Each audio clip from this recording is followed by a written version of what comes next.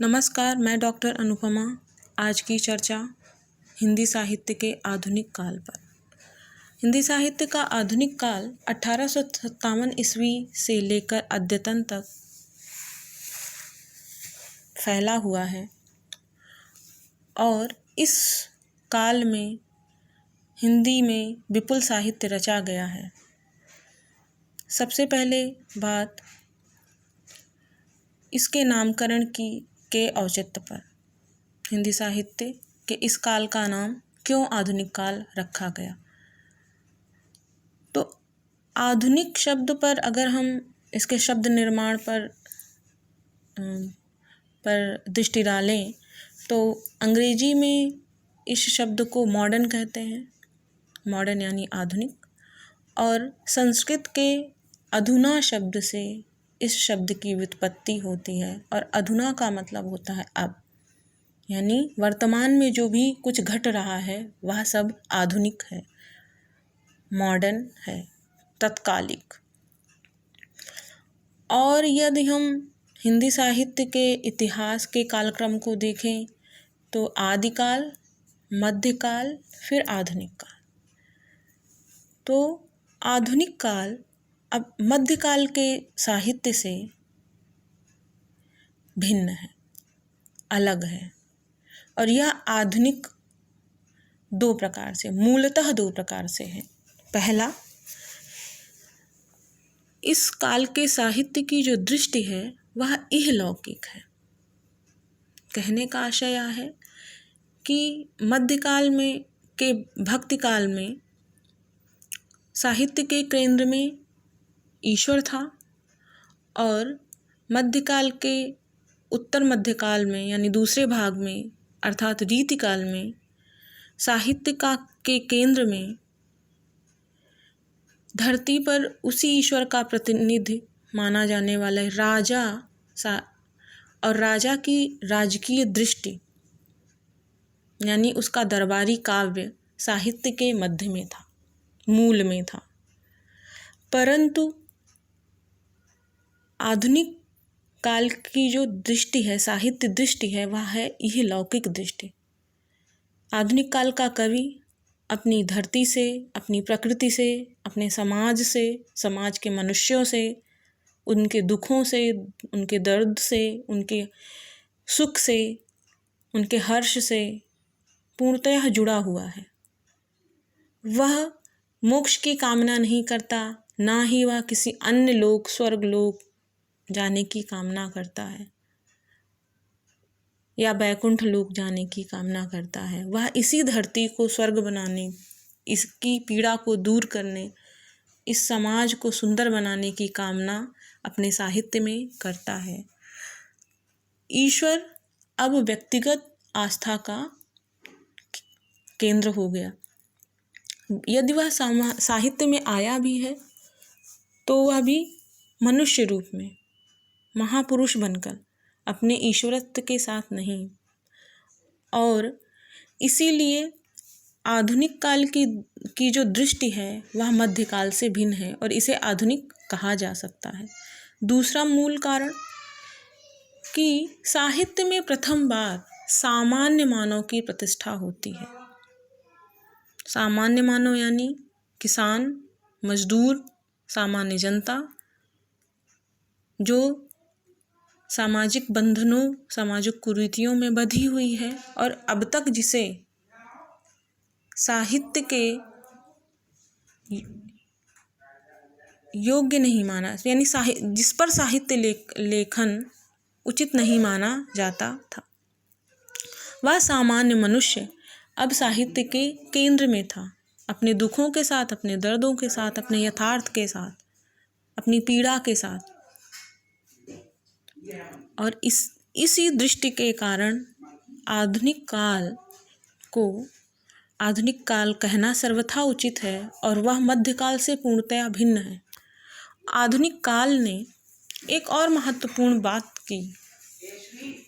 उसने केवल और केवल कविता को भी अपने अभिव्यक्ति का माध्यम नहीं बनाया, बल्कि साहित्य की अन्य विधाओं का, यानी कविता के इतर विधा यानी गद्य विधा की भी उत्पत्ति का भी आविर्भाव किया, क्योंकि सामान्य मनुष्य की पीड़ा उसी की भाषा में, उसी की बोलचाल में लिखी जा सकती है।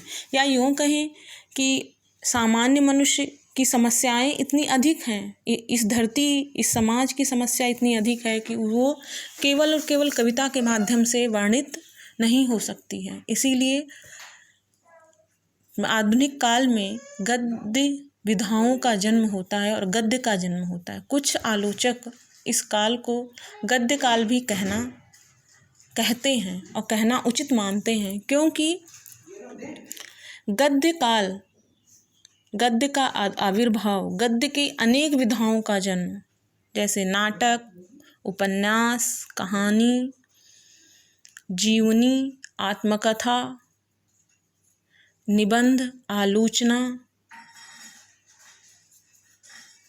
आदि का जन्म एक साथ ही, लगभग एक साथ होता है। 10-20 सालों के अंतराल में एक साथ हो जाता है। तो गद्य की उत्पत्ति ही नहीं होती है, गद्य की उत्पत्ति अनेक धाराओं में होती है आधुनिक काल में। तो इसलिए कहा जाता है, कुछ आलोचक इसे गद्य काल कहना चाहते हैं, परंतु समस्या ये है कि यदि हम इसे गद्य काल कह देंगे तो कविता हमारी जो काव्य की मुख्य धारा है वह कहीं ना कहीं छूट जाएगी। हम फिर इसमें काव्य को कैसे समाहित करेंगे? और साहित्य का महत्वपूर्ण अंग हमेशा ही कविता रही है और रहेगी, इसलिए इसे समाहित करना बहुत आवश्यक है। तो हम ऐसे तो हम गद्यकाल इसे कह सकते हैं, लेकिन गद्यकाल कहने में नाम में कविता को समाहित कर पाना असंभव है, इसलिए इसे आधुनिक काल कहना ही उचित है। साथ ही साथ यह भी एक महत्वपूर्ण परिवर्तन आधुनिक काल में होता है जो इसे आधुनिक या नया सिद्ध करता है, अद्यतन का सिद्ध करता, आज का सिद्ध करता है कि आधुनिक काल ने साहित्य की भाषा को परिवर्तित किया। मध्यकाल तक साहित्य लेखन की प्रमुख भाषा या मुख्य काव्य भाषा ब्रज रही है। भक्ति काल में भले ही अवधी भाषा में भी साहित्य लिखा गया, परंतु रीतिकाल का साहित्य पूर्णतया हमें ब्रज भाषा में ही मिलता है। लेकिन आधुनिक काल में भाषा परिवर्तित हुई। शुरुआत में कविता की भाषा ब्रज रही, यानी भारतेंदु युग तक, और गद्य की भाषा खड़ी बोली हुई। परंतु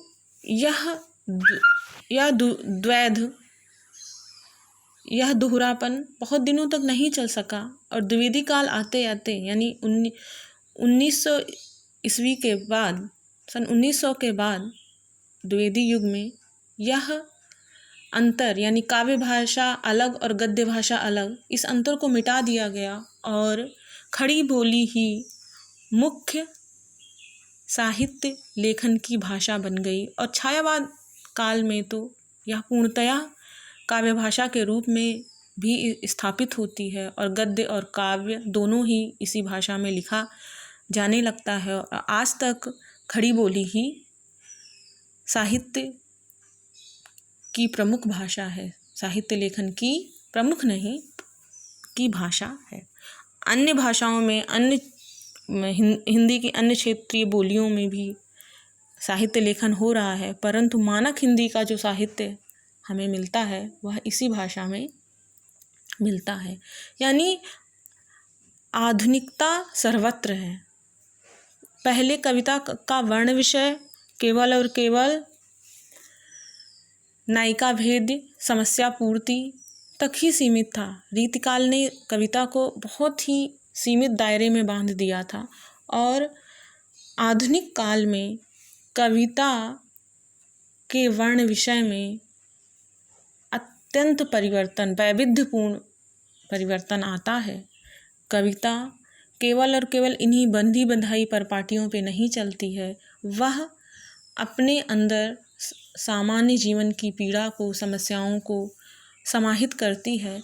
यहाँ तक कि भारतेंद्र युग में भी जब काव्य भाषा ब्रज भाषा थी, फिर भी उसमें सामाजिक कुरीतियों को भी समाहित किया गया था। भले ही भाषा ब्रज थी, परंतु तत्कालीन जीवन की पीड़ा को काव्य का वर्ण विषय बनाया जाने लगा था।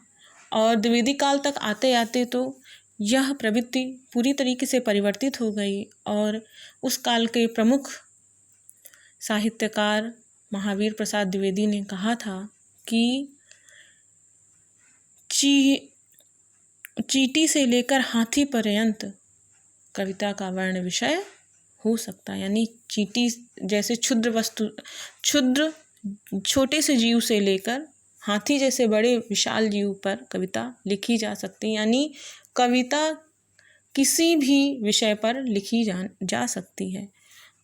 आगे छायावाद काल में हम देखते हैं कि प्रकृति का स्वतंत्र चित्रण होता है, सामाजिक समस्याओं का वर्णन होता है, मनुष्य की पीड़ा का वर्णन होता है, आगामी जीवन के सुनहरे पन्ने कविता में लिखे जाते हैं, समाज का नवनिर्माण इसी भाषा में, इसी काव्य रूप में होता है। गद्य तो सदैव यथार्थ से जुड़ा रहता है, गद्य और यथार्थ साथ साथ चलते हैं, परंतु कविता भी गद्य की उन्हीं सामाजिक मूल्यों को, ये सामाजिक यथार्थ को उठाकर आगे बढ़ती है। इसीलिए इस काल को आधुनिक काल कहना सर्वथा उपयुक्त है और इस काल की चेतना को आधुनिक चेतना बनाने में अनेक आंदोलनों का और विश्वव्यापी जो परिवर्तन हो रहे थे सामाजिक स्तर पर, राजनैतिक स्तर पर, और जो उस समय भारत में भी जो स्वतंत्रता आंदोलन लड़ा जा रहा था, उसकी अपनी बहुत बड़ी भूमिका है। क्योंकि 1857 से हमारा प्रथम स्वतंत्रता संग्राम शुरू होता है, जो कि इतिहास प्रसिद्ध है, हम सभी जानते हैं, और 1857 से ही हिंदी साहित्य का आधुनिक काल माना जाता है। तो सामाजिक परिवर्तन, राजनैतिक परिवर्तन और हिंदी साहित्य लेखन, ये तीनों चीज़ें एक साथ चल रही थीं और साहित्यकार की दृष्टि परिवर्तित होते युग के साथ निर्मित हो रही थी। इसलिए इस काल को आधुनिक काल कहना सर्वथा औचित्यपूर्ण है। धन्यवाद।